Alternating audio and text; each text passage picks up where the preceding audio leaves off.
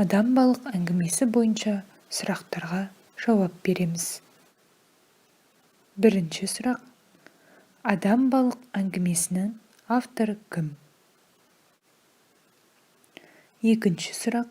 Орыс тілінен қазақ тіліне мәтінді аударған кім? Үшінші сұрақ. Адам балық әңгімесінің басты кейіпкері кім? Жарайсыңдар оқушылар.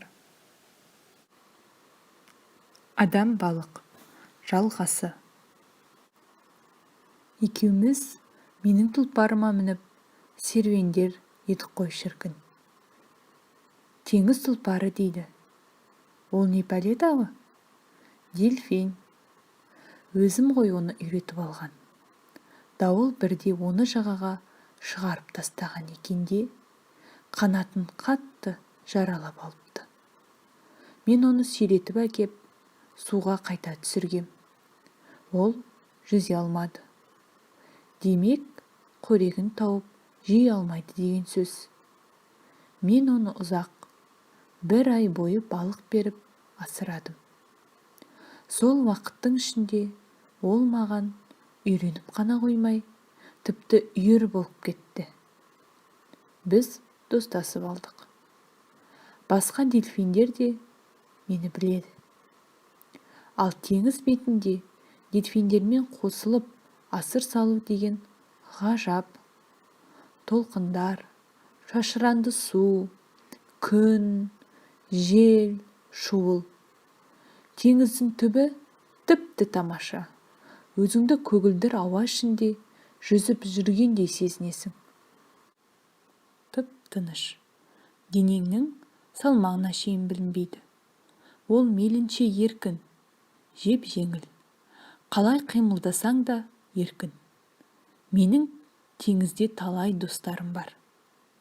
Мен сіздің құстарды жемдейтініңіз тәрізді кішкене шабақтарды жем беріп асыраймын.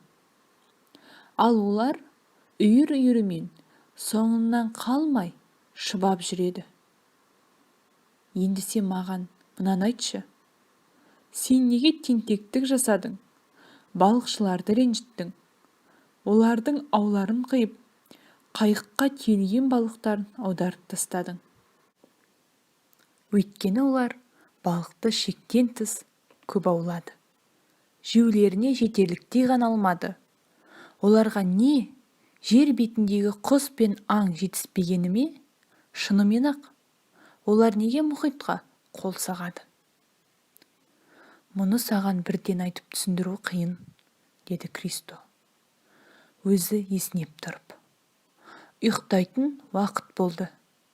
Байқа, әлгі хауызда жатып жүрме, әкең ренжір, деді де Кристо кетіп қалды. Ертеңгісін ерте келсе де, Кристо ихтияндырды орнынан таба алмады. Тас еден су-су болып жатыр екен. Сірә теңізге кеткен болар. Диаграммасы арқылы мәтін мен фильмнің ұқсастықтарын және айырмашылықтарын орындаймыз. Мәтінде үйі, дельфин досы, Кристо, су киімі туралы әңгімеленеді. Дұрыс айтасыздар оқушылар. Фильмде маржан тастар, жауыздық, Дон Петро, қанатты шошқалар, махаббат, отбасы және бақытты өмір сәттері көрсетіледі. Дұрыс. Алтын балық мәтіні мен фильмінің ұқсастығы: әкесі дәрігер, су адамы және теңіз.